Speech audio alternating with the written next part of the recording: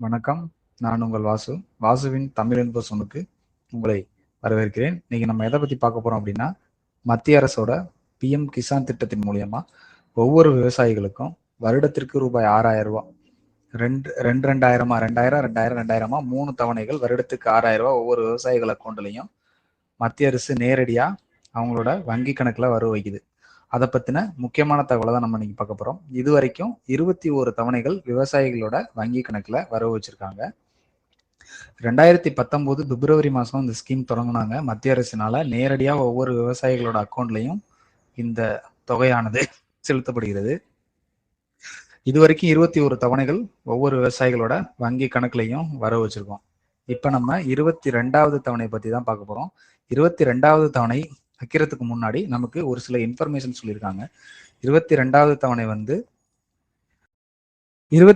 தவணை விவசாயிகள் வங்கி கணக்கில் நேரடியாக செலுத்துவதற்கு முன்பாக விவசாயிகள் அனைவரும் தங்களது விவசாயிகள் அக்ரி மூலியமாக தங்களுக்கு உண்டான அக்ரி ஸ்டாக் நம்பர் ஆனது பதியப்பட்டுள்ளது. அந்த நம்பர் கண்டிப்பா இந்த PM கிசான்ல பயன்பெறக்கூடிய விவசாயிகள் அனைவரும் அந்த அக்ரி ஸ்டாக் நம்பர் பெற்றிருக்க வேண்டும். அதன் அடுத்து ஒவ்வொரு விவசாயியும் தங்களது கைரேகையை வச்சு புதுப்பிச்சிருக்கணும். பக்கத்தில் இருக்க இ-சேவை மையம் அல்லது CSC சென்டர் மூலியமாக தங்களோட ஆதார் கார்டு, தங்களோட கைரேகையை வச்சு புதுப்பிச்சால் மட்டுமே உங்களுக்கு உண்டான 22வது தவணை கண்டிப்பாக தங்களது வங்கி கணக்கில் வரவு வைக்கப்படும்.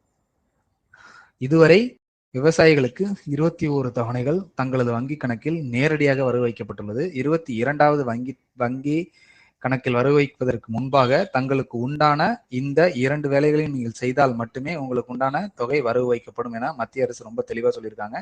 அதனால தாங்கள் பக்கத்துல இருக்க CSC சென்டர் மூலியமா நீங்க இதை பண்ணிக்கங்க.